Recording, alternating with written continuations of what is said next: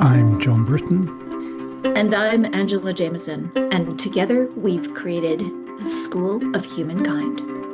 We'd like to welcome you to Humanity, where Angela, I, and sometimes other guests get ourselves a cup of tea and talk about the things that matter, how to be human in a really complicated world.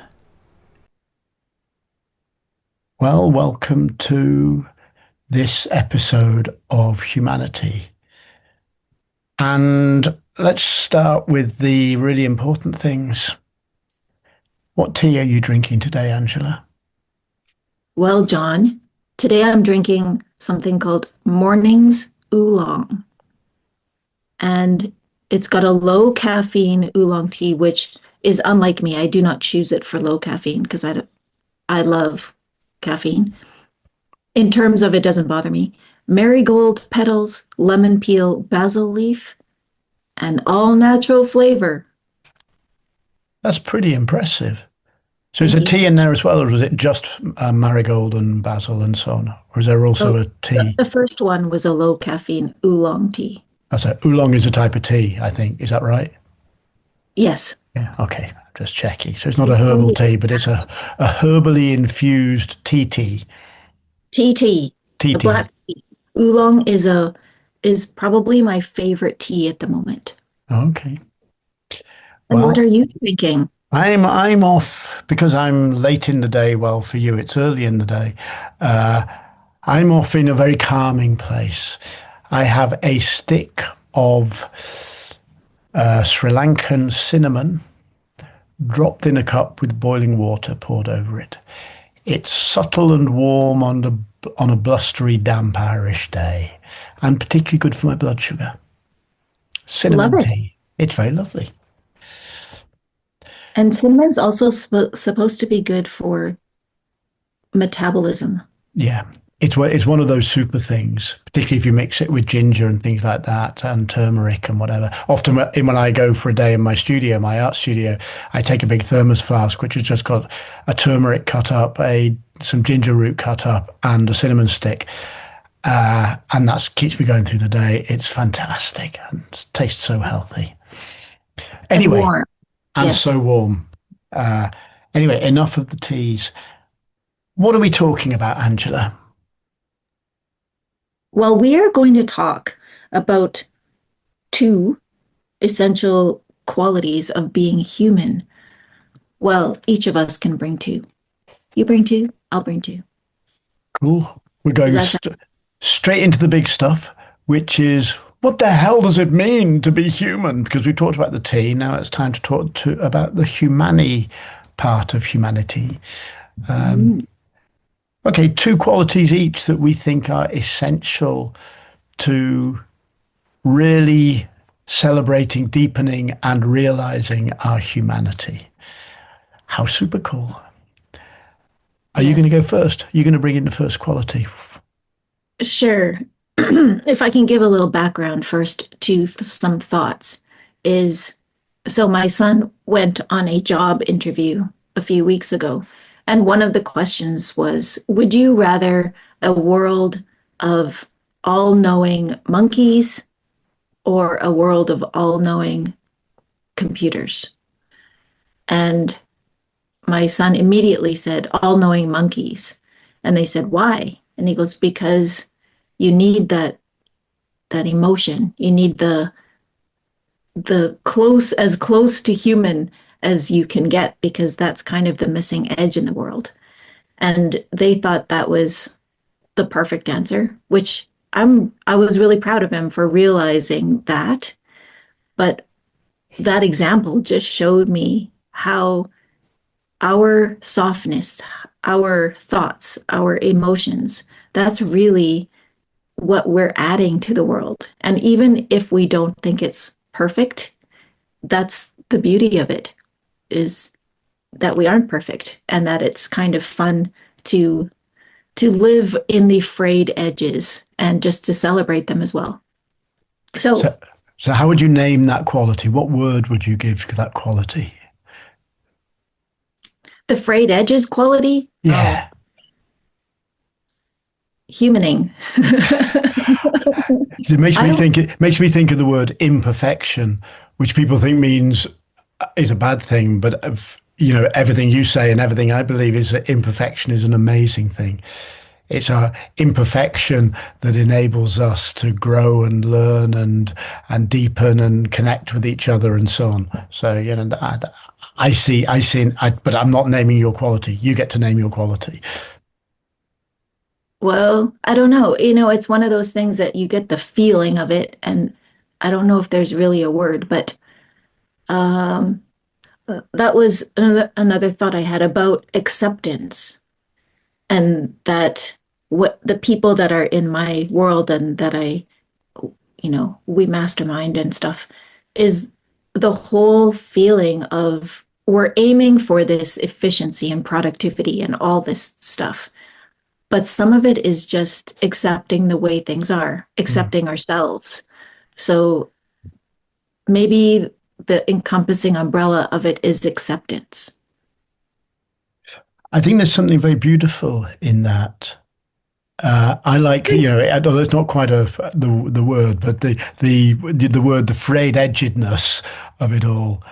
That one of the, I think the ways we are increasingly driven is towards trying to model ourselves on things created by machines. Try to be the perfect person, no frayed edges, turn up in the world burnished, shiny bright, and Yeah. really brilliant. And, if you see a flaw, engineer it out of yourself and so on. And this doesn't feel very human to me because it's not who we are. No, that's right. And we're told that the frayed edgedness makes us imperfect. And I don't think that's true. I look at, my cat has got a hazy, one eye is hazy, and doesn't seem to be tremendously coordinated for a cat. He's imperfect. I love him for his imperfection. I love the Yeah. trees in my garden which are bent and twisted in the wind just as much as I love the ones that are sheltered and which are tall and strong. It is the very imperfection of us, but only, and I think your word is right, only if we meet imperfection with acceptance. And celebration. Yeah, acceptance sounds a bit too much like tolerance, doesn't it? All right, I'll put up with your imperfections. No, it's celebration. Yeah. What a So yeah. gloriously frayed edge you have. Yes. Every time you make a mistake, oh, that was a lovely frayed edge. Oh, look, I've gone all imperfect all of a sudden. And isn't that beautiful? But Yeah. you think about the most beautiful wedding in the world or anything you want to celebrate, the thing you remember are the things that go wrong Mm. because those are the things that really make it memorable. And I think that's absolutely right. And we remember how other humans deal with things going wrong. It's Yeah. been clear, performers, as you know, my background is training performers and being a performer. Performers go, well, what happens if I get it wrong? I go, if you get it wrong, you have created the possibility for a moment that your audience will never, ever forget if you have the strength and the discipline to be entirely flexible and adaptable. I've seen Mm. shows where, you know, one of the earliest shows I ever saw, an opera, which, my mum took me to when I was about 10, the set fell down. There was a very large tenor climbing a ladder, it's Mozart opera, climbing a ladder to a balcony. And, he was singing about how he's going to rescue this woman from the harem and so on. And somebody hadn't weighted the sets. And the set rolled forward. Oh, And this was big, this was a 10, 15 meter high flat. And the ladder crashed to the floor. And the tenor, I remember him as he dropped to the floor, he kind of let go of the ladder and he bent his knees and he bounced and he came up singing. Oh my gosh. And then, of course, they had to shut the curtain because it wasn't safe and so on. But in that moment, it was so imperfect. And it's 50 odd years since then. And I remember it. I remember the experience in my body of going, God, humans are amazing. Yeah, yeah, yeah. Perfect example. So, okay, back to your original question. What the qualities that I think, what did you say, are perfectly human? Hmm. The first one I would say is curiosity. Hmm. That's one that I think we need to foster. And it just opens up so many new worlds. It opens up awareness. It opens up love for others. Um, and my second one was imagination. So to be imaginative, because I think that's really where we push the leading edge of creation of what's possible by humans is to imagine what we want in life, what could be, what could I create. So without imagination, we don't move forward. I So love those are my how I love how both of those fit into this sort of humanness that you were talking about, based around frayed edgedness and whatever. yeah That when we move away from the myth, the delusion that we or anything can ever be perfect. And in fact, I like to turn that on its head and go, it's not that everything is perfect, as in everything is exactly as it is, and therefore it's perfect. My slightly cloudy-eyed, one-eyed cat is exactly who he is, and he's just not like other cats. But then yeah again, no cat is like any other cat. No tree is like any other tree. No human is like any other human. We're all perfect in our own different way. So when we move away from this manufactured industrial idea of, or mechanical idea of perfection, it opens up the possibility, instead of going, I should be like this, it opens up both of the qualities that you're talking about. Curiosity, which is, okay, this is interesting. This didn't work as well as I wanted, or I was aiming for this and I ended up with that. And what am I going to do about that? How does that work? Or this person, I expected this from them, but they gave me that. Okay, fine. Let's explore what that is. And imagination is the bit where you go, okay, if this is how things are, I wonder how else they could be. If this is how I am, what do I need to do to be else, to be other? How can I imagine into existence the bridge from where I am to where I aspire to be, or where we are as a society to where we aspire to be as a society? It's not going to happen by machines, it's going to happen by imagination. And even AI, which I know everyone gets tremendously excited about, is simply vomiting back at us the ideas of the past. It yeah is not a place for imagination. that's what I was going to say. In in the world where we really were fascinated by AI because what it spits out at us in terms of what it knows because of what it's been fed, that's still the edge, is being perfectly human, is finding that next idea that the machine doesn't know. Mhm. There's so much it doesn't know. It's a great research tool, but in terms of imagination, it's not going to get you that edge that only you can really create. So I think that's the exciting part of being human. I suspect we're going to have a conversation in a future episode about AI, probably several. Uh, I agree very strongly with what you're saying there. I think one of the problems with the way we are sold AI is it says it contains knowledge and so on. It doesn't. It contains information which is only a very small part of human knowledge. It does not contain or communicate embodied knowledge. It does not communicate experience. It does not communicate the intangibles of being human, like love. It can describe them in words, but love isn't something that is words. Or wonder, curiosity, they're not words. Mhm. They're lived experiences. And if you say, well, AI contains all knowledge, you go, no, no, AI contains a large amount of a very small type of knowledge. Yeah. And if we say that's what knowledge is, we are diminishing what it is to be human. And I completely go with what you're saying.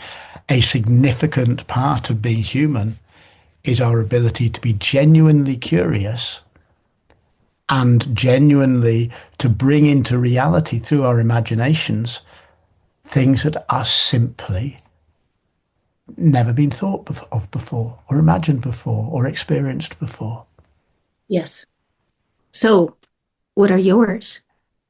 So then, yeah, the two words that I came in with, uh, they clearly connect with yours in quite interesting ways.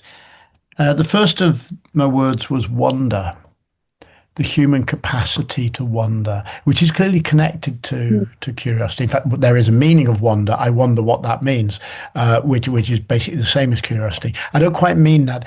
By wonder, I mean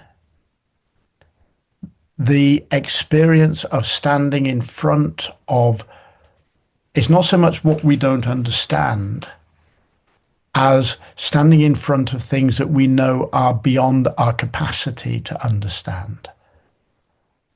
That we are small in relationship to the vastness of what's around us.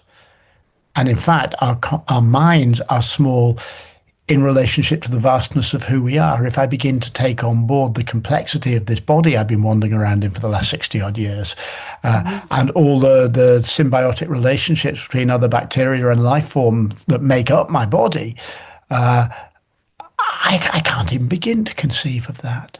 And back to what we were just saying about AI, that knowledge doesn't do it. You can explain to me what the stars are like and why they twinkle and where they are.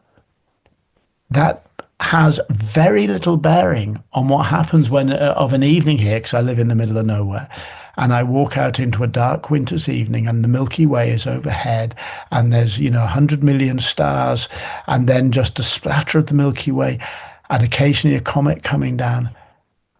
I could probably tell you what each of the things I'm seeing is. So what? None of that Yeah. has anything to do with the experience of going, I am in a state of awe, a state of wonder Yeah. at the glorious complexity of which I am a tiny, tiny, tiny part. And I love that. For me, that is profoundly human because it reminds us that we are part of everything, but we are only part of everything.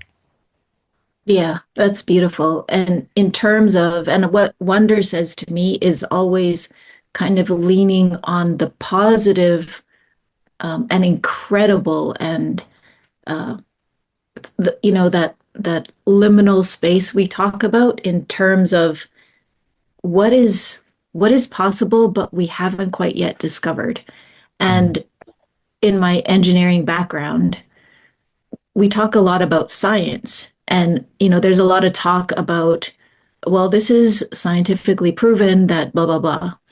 And then people take that as fact Mm. when actually science is constantly evolving. We are constantly trying to figure out, you know, what don't we really understand?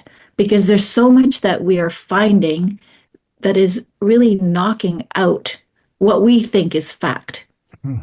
And if you look at some of the very easy examples of the past is like the flat earth. We thought the earth was flat. Everything that we saw, everything that we could observe pointed to this. But when we got more information, we saw that, oh, we are actually not flat. We are, Mm. a globe. And the same thing about, the sun revolving around us. Oh, actually, we're revolving around the sun. So all of these things in that moment in time, you think this is scientifically proven. Yes, it is, but we are continually learning more. And I think that really encompasses for me the whole concept of wonder Mm. is we might think we know, but do we really? And how fascinating it is to push that envelope, that continually pushing that envelope. So, yeah. There's also a thing there that in some ways the opposite of wonder is the arrogance of thinking that you know. Mm, And not only science, also religion and also, sociology and political ideology. But it's particularly apparent in science where that arrogance exists, it often very quickly becomes inhuman. And I think of, the founding father of Western rationalism, which René Descartes, who would nail a dog to a wooden board and operate on it live. And when people were, appalled by the screaming, howling pain of the dog, he would say, no, no, no, dogs are unable to feel pain. That's a purely mechanical reaction.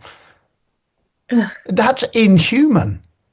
You yes. must close down your humanity to be willing to do that to a sentient creature Mm, and claim that it isn't happening. But by the same token, it's not only science that does that.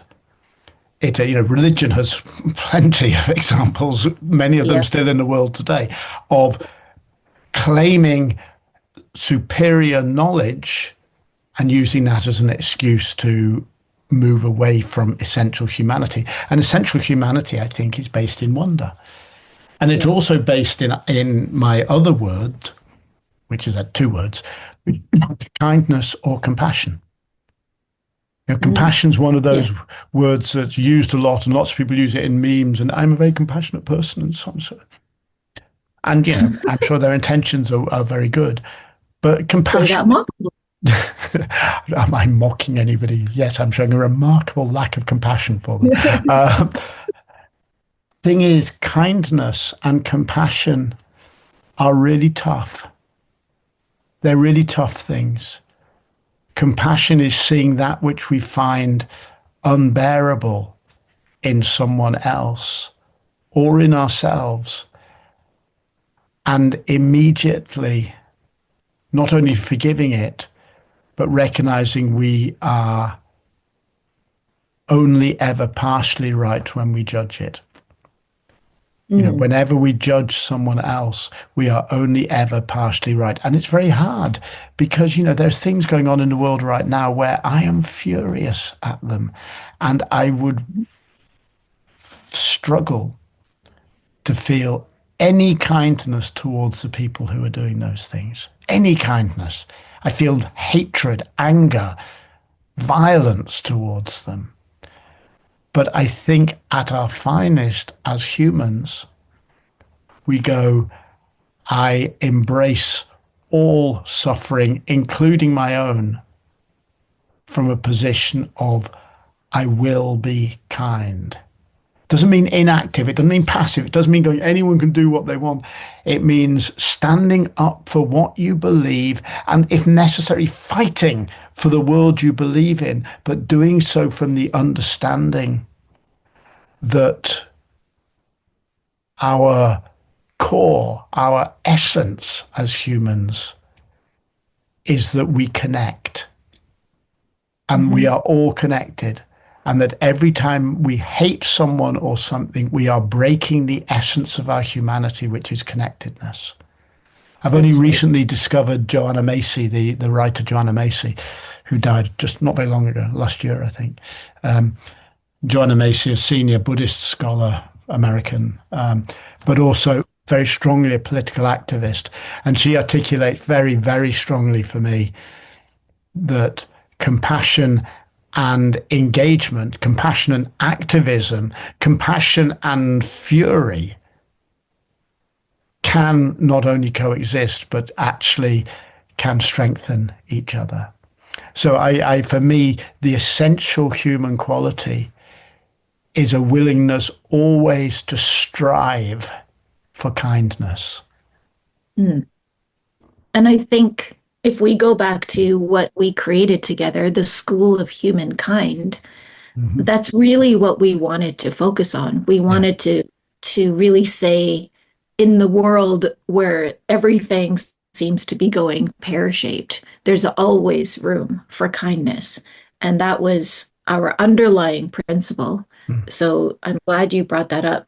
It's interesting, as you're talking, I was thinking compassion and kindness is kind of the way we deal with others' imperfection. Because as we were saying earlier, imperfection is beautiful in ourselves. Mm. Yet relating to someone else's imperfection is always maybe difficult because, as you said, it's so easy to be judgmental Yeah. when actually we have to meet that with kindness. Like, oh, they don't know. They don't know any better. Maybe, this is one thing you could say, but it's really hard when you're seeing, um, say, your example of the dog. How do you just say, oh, he doesn't know? He doesn't understand when there's cruelty going on. Mm. There's pain.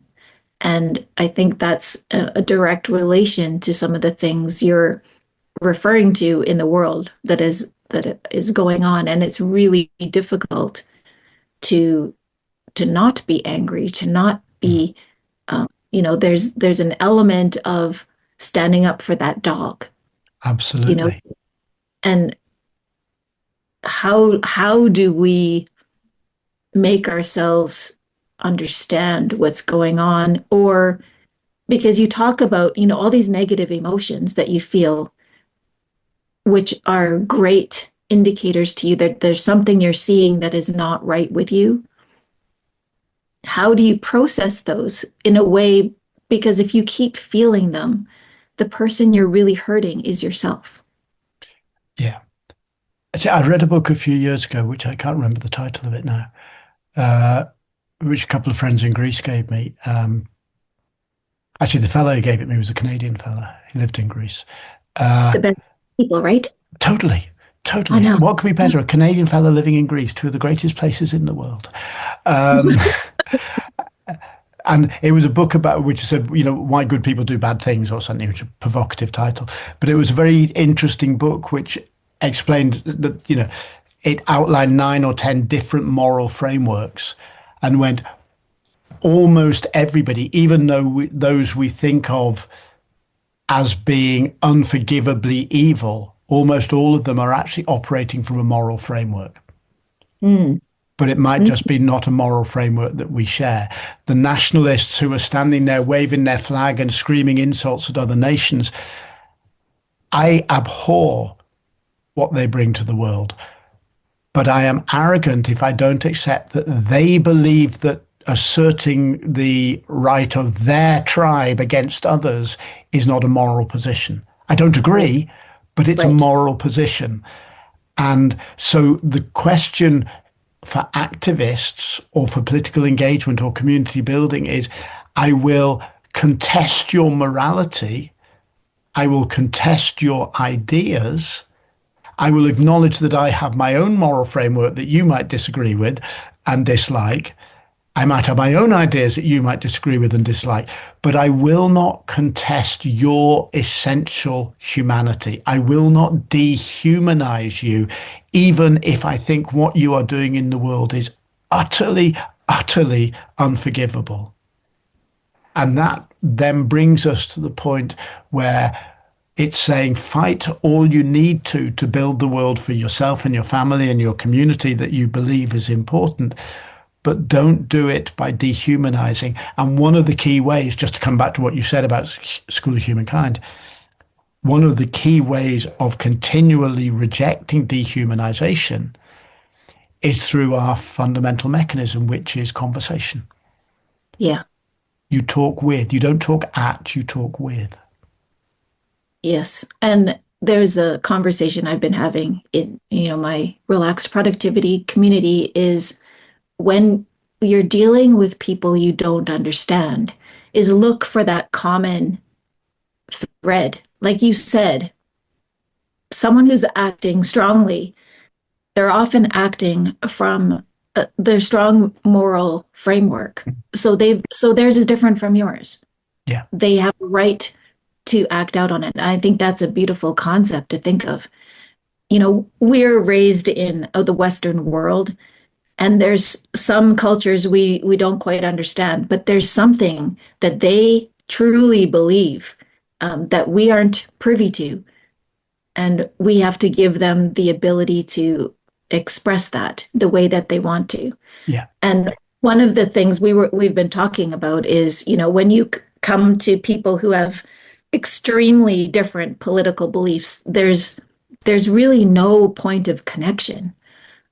So you need to find that point of connection in order to not feel those horrible feelings we feel, because their belief, let's just say political, is already the boulder running down the hill halfway down. You're never going to stop it. And to stop it, to try to stand in front of it, will only mow you down. So it's kind of let that ball roll. What can you connect? And there's always a point of connection. There's always, hey, we agree that we want a good world for our children. And I was joking the other day, we agree that chocolate chip cookies are a good thing. There's just those really basic, you can always find something that you can connect with someone on. So focus on that instead of trying to stop their rolling boulder. I just want to say, you're talking to a diabetic. Talking chocolate chip cookies is just vicious. Okay. That's why I'm drinking my cinnamon root tea, because it's good for my blood sugar. So there we go. We can connect on that kind of tea. That's Absolutely. for sure. Hey, let's wrap this one up here, because we talked about curiosity, imagination, wonder, and compassion within the frayed edges of being human. That's a pretty good conversation for a Monday. I think so. Well, thank you, John. Thank you. Let's get together with a different tea very soon. Sounds wonderful. Until next time. Thank you very much for listening. If you'd like to know more about School of Humankind, please visit our website at www.schoolofhumankind.com, or you can drop us an email on hello@schoolofhumankind.com. Take care out there.